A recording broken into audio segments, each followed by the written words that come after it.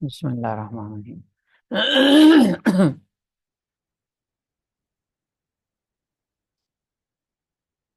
آدمی صاحب نصاب کب بنتا ہے؟ زکوٰۃ کی تاریخ، اموال زکوٰۃ، اموال زکوٰۃ کا شرعی نصاب، قابل زکوٰۃ اثاثہ جات اور ناقابل زکوٰۃ اثاثہ جات، یہ چند 5 عام بحثیں ہیں، وہ انشاءاللہ ہم ترتیب سے پڑھیں گے۔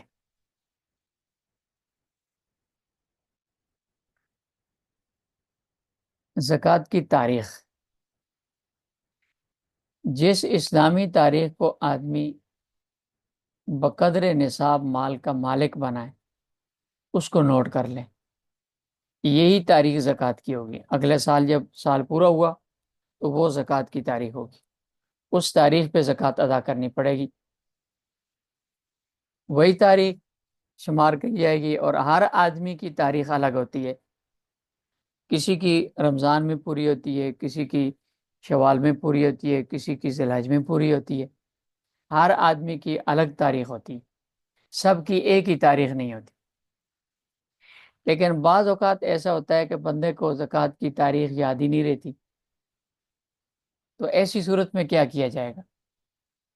تو ایسی صورت میں پہلی بات تو یہ ہے کہ غالب گمان کا اعتبار کریں، یعنی آدمی اپنے ذہن میں تاریخوں کے بارے میں سوچے کہ کون سی تاریخ کو میرے پاس مال آیا ہے۔ کاروبار میں عموماً آدمی کو تاریخوں کا پتہ ہوتا ہے، اس میں مال کے آنے کی تاریخیں پرچیاں موجود ہوتی ہیں، یا کاروبار شروع کیا جاتا ہے تو اس کی تاریخ آدمی کو یاد ہوتی ہے۔ تو اگر یاد نہ بھی ہو تو پھر بھی غالب گمان کا اعتبار ہوگا کہ آدمی کا ذہن کون سی تاریخ کی طرف زیادہ مائل ہوتا ہے، کس تاریخ کو زیادہ ترجیح دیتا ہے۔ وہ جس تاریخ کی طرف زیادہ مائل ہو جائے وہی مہینہ مقرر کر دیا جائے۔ مثلا رجب کا مہینہ مقرر کر دیا جی رجب میں، یا رمضان کا مقرر کر دیا جی رمضان میں میرے پاس مال آیا، میں رمضان میں زکوٰۃ ادا کرتا ہوں، یا جی شوال میں میرے پاس مال آیا، یا محرم میں میرے پاس مال آیا تھا۔ تو جس مہینے کی طرف ذہن زیادہ مائل ہو، دماغ کا رجحان زیادہ ہو، اس مہینے کو مقرر کر دیں۔ لیکن بعض اوقات ایسا بھی ہوتا ہے کہ دماغ کسی ایک طرف مائل نہیں ہوتا، یہ بھی ہو سکتا ہے، یہ مہینہ بھی ہو سکتا ہے، مختلف مہینوں کی طرف ذہن جاتا ہے، تو پھر غالب بھی اگر نہ ہو تو پھر ایک ان میں سے کوئی ایک تاریخ مہینہ مقرر کر دیں۔ مثلا ذہن سے بھی یہ ہوتا ہے کہ محرم میں آیا تھا، یہ بھی ذہن ہوتا ہے کہ نہیں یار رجب میں آیا تھا، اور یہ بھی ذہن ہوتا ہے کہ نہیں جی جمادی الثانی میں آیا تھا، جمادی الاولیٰ میں آیا تھا، ربیع الاول میں آیا تھا۔ تو کسی ایک مہینے کو مقرر کر دیں، جیسے عام طور پر رمضان کو مقرر کرتے ہیں لوگ، تو بس جو مہینہ مقرر کر لیں آدمی اپنے لیے، ہر سال اسی مہینے میں زکوٰۃ ادا کرنی۔ اب جب تاریخ آ گئی تو زکوٰۃ ادا کرنی ہے، لیکن بیچ میں بسا اوقات اونچ نیچ ہوتی رہتی ہے۔ مثلا رمضان میں آدمی حساب لگاتا ہے زکوٰۃ کی ادائیگی کر کے پیچھے اتنے پیسے بچتے ہیں جی، وہ اماؤنٹ بچی، اس کا حساب مقرر کر لیا۔ اب بعض اوقات اگلے سال رمضان آنے تک بیچ میں اس سے کمی بھی ہو جاتی ہے، اور کبھی زائد بھی ہو جاتے ہیں، اس سے اضافہ بھی ہو جاتا ہے۔ تو اس میں یہ جو کمی زیادتی ہوتی ہے اس کا کوئی اعتبار نہیں ہے، یعنی اس سے زکوٰۃ پر کوئی اثر نہیں پڑتا۔ لیکن اس کے لیے یہ ضروری ہے کہ مکمل طور پر بندہ دیوالیہ نہ ہو، نصاب ختم نہ ہو، نصاب برقرار ہے، اوپر کا جو اضافہ ہے اس میں کمی بیشی ہے تو اسے کمی بیشی کا کوئی اعتبار نہیں ہے۔ اگلے سال جب وہ مہینہ آئے گا جس مہینے میں زکوٰۃ ادا کی جاتی ہے، تو اس وقت جتنی اماؤنٹ ہوگی اس پہ زکوٰۃ ادا کر دیں گے۔ اسی طرح بسا اوقات ایسا بھی ہوتا ہے کہ سال کے دوران کچھ نفع کہیں سے آ جاتا ہے، کسی کو قرضہ دیا ہوا تھا وہ واپس آ گیا، یا کوئی چیز دوران سال ہے کہیں سے خریدی تو اس میں نفع ہو گیا، تو اس درمیانے سال کے آئے ہوئے نفع کو اس پر سال کا گزرنا ضروری نہیں، سال کے گزرنے کے لیے اصل نصاب شرط ہے، نصاب پورا ہو گیا اس پہ سال گزر گیا، یہ جو اضافہ جات بیچ میں آئے ہیں تو ان اضافہ جات پہ سال گزرنا ضروری نہیں ہے، یعنی ہر روپے پہ ہر پیسے پہ سال گزرے یہ کوئی ضروری نہیں، صرف اور صرف نصاب پہ سال گزرنا ضروری ہے، نصاب پہ سال ہو گیا مکمل، اس کے بعد جب زکوٰۃ ادا کرنے کا مہینہ آئے گا تو اس مہینے میں جس دن زکوٰۃ ادا کرنی ہے اس وقت کل اماؤنٹ دیکھی جائے گی اور اس کے مطابق 2.5% اس کا 40واں حصہ زکوٰۃ ادا کر دیا جائے گا۔ اور اس میں یہ بھی ہو سکتا ہے کہ ایڈوانس میں زکوٰۃ دے دے، مطلب ایڈوانس زکوٰۃ دینے کا مطلب یہ ہے کہ ابھی سال پورا نہیں ہوا، پیسے آگے اور یہ سوچا کہ ہو سکتا ہے مہینہ رمضان میں مثلا زکوٰۃ ادا کرتے ہیں تو ہو سکتا ہے اس وقت میرے پاس اتنی رقم نہ ہو کہ جس میں زکوٰۃ ادا کر سکوں، تو اس آئی ہوئی رقم سے بندہ ایڈوانس زکوٰۃ ادا کر دیتا ہے تو وہ زکوٰۃ بھی ادا ہو جائے گی، ایڈوانس زکوٰۃ ادا ہو جاتی ہے، صرف اتنا ہے کہ جتنی زکوٰۃ ایڈوانس میں دی ہے اس کا حساب کر لے، اور جب مہینہ زکوٰۃ کی ادائیگی کا آئے گا اس وقت کل زکوٰۃ کے فرض واجب مقدار کی وہ کرے کیا کہتے ہیں حساب کرے گا، تو جو ایڈوانس دی ہوئی ہے اگر اتنی رقم ہے جتنی زکوٰۃ بنتی ہے تو گویا کہ کل کی کل زکوٰۃ ادا ہوگی، مثلا 25,000 روپیہ زکوٰۃ میں دیا تھا، جب رمضان میں حساب کیا تو زکوٰۃ بھی 25,000 ہی بنی، تو اس کا مطلب یہ ہے کہ وہ جو زکوٰۃ تھی وہ ادا ہو چکی ہے، جو رمضان میں دینی تھی وہ اب ادا ہو چکی ہے پہلے سے دے کے، اور اگر اس میں جتنی 25,000 روپے ادا کیا تھا رمضان میں حساب کیا تو 20,000 زکوٰۃ کے بنے، تو اس کا مطلب یہ ہوا کہ 25 میں سے 20,000 روپے زکوٰۃ کی جگہ پہ چلے گئے، اور جو باقی 5,000 ہیں اس میں آپ اس کو نفل صدقہ مان لیں تو بھی ٹھیک ہے، اور اگر آپ اگلے سال کی زکوٰۃ میں اس کو منہا کرتے ہیں تو بھی ٹھیک ہے، اور اگر جتنی زکوٰۃ ادا کی تھی حساب جب لگایا تو وہ کم پڑی، مثلا حساب لگایا تو 40,000 روپے زکوٰۃ بنتی تھی یا 35,000 روپے زکوٰۃ بنتی تھی، اور جو دیے زکوٰۃ وہ ہے 25,000 روپیہ، تو گویا اس 35,000 میں سے 25,000 روپے آپ کی زکوٰۃ ادا ہو چکی ہے، اوپر 10,000 روپے آپ نے مزید زکوٰۃ ادا کرنی، تو ایڈوانس زکوٰۃ ادا کرنے سے زکوٰۃ ہو جاتی ہے اور اس تفصیل کے ساتھ زکوٰۃ ہوتی ہے۔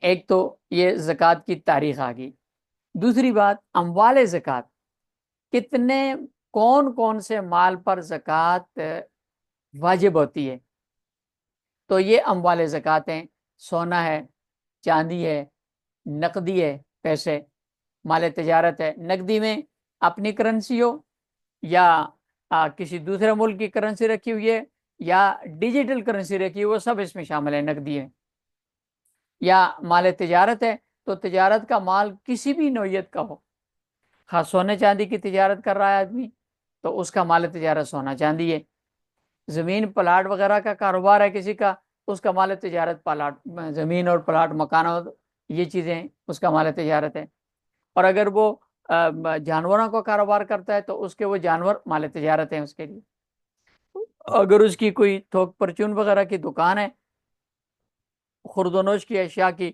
تو وہ اس کا مال تجارت ہے، کپڑے کا کام ہے تو کپڑا اس کا مال تجارت ہے، گاڑیوں کا کاروبار ہے شو روم ہے تو گاڑیاں اس کا مال تجارت ہے، تو مال تجارت یہ ساری چیزیں اس میں آتی ہیں، اور اسی طرح پانچویں چیز ہے مویشی، جانور جس کو کہتے ہیں، اس میں جانوروں میں دو طرح کی چیزیں ہوتی ہیں، ایک تو ہوتے ہیں کہ جانور بیچنے کے لیے خرید و فروخت کے جانور ہوتے ہیں، وہ مال تجارت میں آتے ہیں، مویشیوں سے مراد وہ جانور ہیں کہ جو گھروں میں پالے ہوئے ہوتے ہیں اس کی زکوٰۃ ہوتی ہے، وہ انشاءاللہ آگے اس کی تفصیل آ جائے گی۔ تو اگر وہ بیچنے کے لیے، جیسے مثلا کئی جانور بکریاں لے کے رکھ لیں یا گائے وغیرہ لے کے رکھ لیں، یا ابھی آگے آئے گا عید الاضحیٰ کا موقع، تو اس پہ میں یہ بیچوں گا، یا منڈی میں لے آتے ہیں منڈی میں بیچنے کے لیے، تو یہ سارے مال تجارت ہیں، تو یہ مال تجارت میں آئے گا۔ اور گھر پہ رکھے ہوئے جو جانور ہوتے ہیں جن کو چرا کے گزارا کرتے ہیں، جیسے بکریوں کے ریوڑ وغیرہ ہوتے ہیں، تو وہ مویشی میں آتے ہیں، ان کی الگ زکوٰۃ ہے۔ اور چھٹی چیز ہے زرعی پیداوار، فصلیں، اور ساتویں چیز ہے معدنیات، جو زمین سے نکلنے والے قیمتی پتھر وغیرہ ہوتے ہیں۔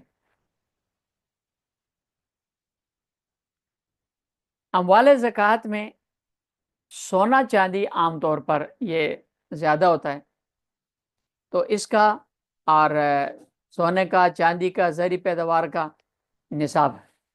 سونے کا نصاب ہے 7.5 تولے، یعنی 487 گرام اور 480 ملی گرام، 7.5 تولے بنتا ہے یہ۔ اس کی زکوٰۃ 2.5% ہے، 40واں حصہ۔ چاندی کا نصاب ہے 52.5 تولہ چاندی، اور زرعی پیداوار یہ آگے اس کی تفصیل انشاءاللہ آ جائے گی۔ یہاں تھوڑی سی غلطی ہوئی ہے، اس لیے اس کی تفصیل ہے، عشر اور نصف عشر کی تفصیل بھی میں آگے سمجھا دیتا ہوں انشاءاللہ۔ نقدی اور متفرقات، ان کا جو نصاب ہے وہ مجموعی مقدار ہے، چاندی کی مقدار 52.5 تولہ کی، اور اموال تجارت ان کا نصاب بھی 52.5 تولہ چاندی کی مقدار ہے۔ وہ آج کل جو نصاب مقرر ہوا ہے چاندی کی قیمت کے حساب سے، تو وہ 1,76,000 کے لگ بھگ ہے، کبھی تھوڑے سے پیسے اوپر ہو جاتے ہیں کبھی نیچے ہو جاتے ہیں، 1,76,000 کے راؤنڈ اباؤٹ ہے۔ تو اتنی اس کا مقدار کا مال تجارت ہے، اتنی مقدار کی نقدی پائی جاتی ہے، تو اس پر زکوٰۃ فرض ہو جائے گی۔ یہ نصاب ہے۔ اب یہ جانوروں کا نصاب آ گیا۔ جانور جن پر زکوٰۃ فرض ہوتی ہے وہ جانور جو ان کو سال کا اکثر حصہ باہر چر کر گزارا کرتے ہیں، گھر پہ لا کے ان کو چارہ نہیں کھلایا جاتا، لہذا یہ جو دودھ کے لیے گھروں میں بھینسیں رکھی ہوئی ہوتی ہیں، ان کا سارا خرچہ آدمی سارا سال اپنے گھر پہ کرتا ہے، اس لیے ان جانوروں کے اندر جو دودھ کی بھینسیں گائے وغیرہ ہوتی ہیں ان پہ زکوٰۃ نہیں آئے گی۔ جو ایسی دیہاتوں میں ہوتے ہیں لوگ، ایسے جنہوں نے اپنے پاس جانور وغیرہ رکھے ہوتے ہیں دودھ وغیرہ کے لیے، گھروں کے معاملات کے لیے، تو وہ بعض سال کا حصہ ایسا آتا ہے کہ جس میں جانوروں کو گھر پہ کھلایا جاتا ہے، اور کبھی باہر کے جانوروں کو جنگل وغیرہ کے چارے پہ گزارا کیا جاتا ہے۔ تو اگر سال کا اکثر حصہ کا مطلب یہ ہے کہ 7 مہینے 8 مہینے باہر سال ان کو کھلایا جاتا ہے، اور 2-3 مہینے یہ 4 مہینے یہ گھر کے اندر ان کے چارے کا انتظام کیا جاتا ہے، تو ایسے صورت میں پھر جانوروں پہ زکوٰۃ آئے گی، اور اس کی یہ تفصیل ہے۔ دیکھیں اونٹوں کا نصاب الگ ہے، گائے بھینس کا الگ ہے، دمبا بکری وغیرہ اس کا نصاب الگ ہے۔ اونٹ کا نصاب ہے، دیکھیں 5 سے لے کر 9 اونٹ، 5 اونٹ ہو جائیں کسی کے پاس ہوں تو ایک بکری ہے، 5 سے لے کر 9 اونٹوں تک ایک بکری ہے، 10 سے لے کر 14 اونٹوں تک 2 بکریاں ہیں، 15 سے لے کر 19 تک 3 بکریاں، 20 سے لے کر 24 تک 4 بکریاں ہیں، 25 سے 35 تک ایک اونٹنی ہے 1 سال والی، 36 سے لے کر 45 تک ایک اونٹنی 2 سال والی، 46 سے لے کر 60 تک ایک اونٹنی 3 سال والی، 61 سے لے کر 75 تک ایک اونٹنی 4 سال والی، 76 سے 90 تک 2 اونٹنیاں 2 سال والی، 91 سے 120 تک 2 اونٹنیاں 3 سال والی۔ یہ جو اونٹنیاں ہیں یہ اونٹنی ہی ہے، اگر جانور کے حساب سے دینی ہو تو اونٹ نہیں دے سکتے، اونٹنی دینی پڑے گی، اور یا پھر اونٹنی کی قیمت دے دیں۔ اگر گائے کا نصاب ہے 30 سے 39 گائے تک ایک گائے آتی ہے.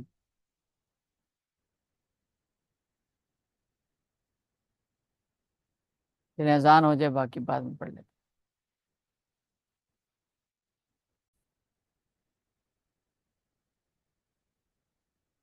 تو یہ گائے کا نصاب ہے. 39 گائے تک ایک گائے آتی ہے. کسی کے پاس 39 گائے ہوں تو اس پر 1 سال والی ایک گائے. 40 سے 59 تک پھر ایک ہی رہے گی. 59 کے بعد 60 جب ہو جائیں گے تو ایک گائے 2 سال والی آ جائے گی. 60 سے لے کر پھر ایک کم 70 تک دو گائے 1 سال والی بنے گی. اور 70 سے ایک کم 80 تک دو چیزیں آتی ہیں. 1 سال والی ایک گائے اور ایک گائے 2 سال والی. 80 سے ایک کم 90 تک دو گائیں 2 سال والی. اور 90 سے ایک کم 100 تک 3 گائیں 1 سال والی. اور 100 سے جب ہو جائیں تو اس کے اوپر ایک گائے 1 سال والی 2 سال والی اور دو گائے 1 سال والی آتی ہے. اس طرح آگے بکری کا نصاب ہے. 40 سے لے کر 120 تک بکریوں میں ایک بکری زکوٰۃ ہے. 121 سے 200 تک دو بکریاں ہیں. 201 سے 300 تک 3 بکریاں ہیں. اور 400 سے 500 تک 4 بکریاں ہیں. اس طرح ہر سال کے 100 کے بعد ایک بکری. یہ مختصر سا نصاب ہے. آگے بھی کسی کے پاس ہو تو اس سے اور بھی اس میں فرض ہوتی ہے زکوٰۃ.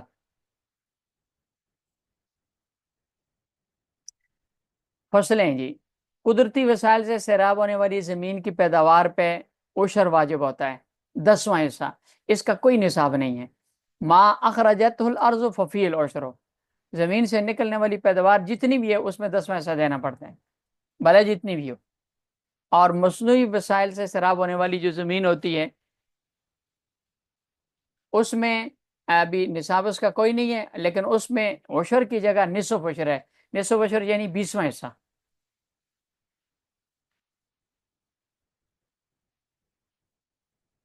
ناقابل زکوٰۃ اثاثہ جات یہ چیزیں ہیں، ان میں سے کسی پر کوئی زکوٰۃ نہیں آتی. رہائشی مکان پر زکوٰۃ نہیں ہے، دکان پہ زکوٰۃ نہیں ہے، فیکٹری کی زمین پر نہیں ہے، فیکٹری کی تعمیر عمارت پر نہیں ہے، دکان گھر فیکٹری کے فرنیچر اوزار وغیرہ ان پر نہیں ہے، زرعی زمین پر نہیں ہے، یعنی رقبے پر نہیں ہے.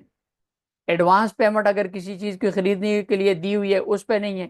وہ قرضہ جس کی واپسی کی کوئی امید نہیں ہے اس پہ زکوٰۃ نہیں ہے. وراثت میں ملے ہوئے پلاٹ پہ زکوٰۃ نہیں ہے. کرائے پہ کے لیے دیے ہوئے مکان دکان وغیرہ فلیٹ ان میں زکوٰۃ نہیں ہے. ان کی یعنی کہ ان کی رقبے پہ زکوٰۃ نہیں ہے، ان کی مالیت پہ زکوٰۃ نہیں ہے. مکان سکول فیکٹری کے جو اس بنانے کے لیے خریدا ہوا پلاٹ ہے اس پہ زکوٰۃ نہیں ہے. پلاٹ پہ زکوٰۃ اس وقت آتی ہے کہ جب اس کو بیچنے کے لیے خریدا ہوا. کرائے پر چلانے والی جو کے لیے جو ٹرانسپورٹ گاڑی وغیرہ ہے اس پہ نہیں ہے.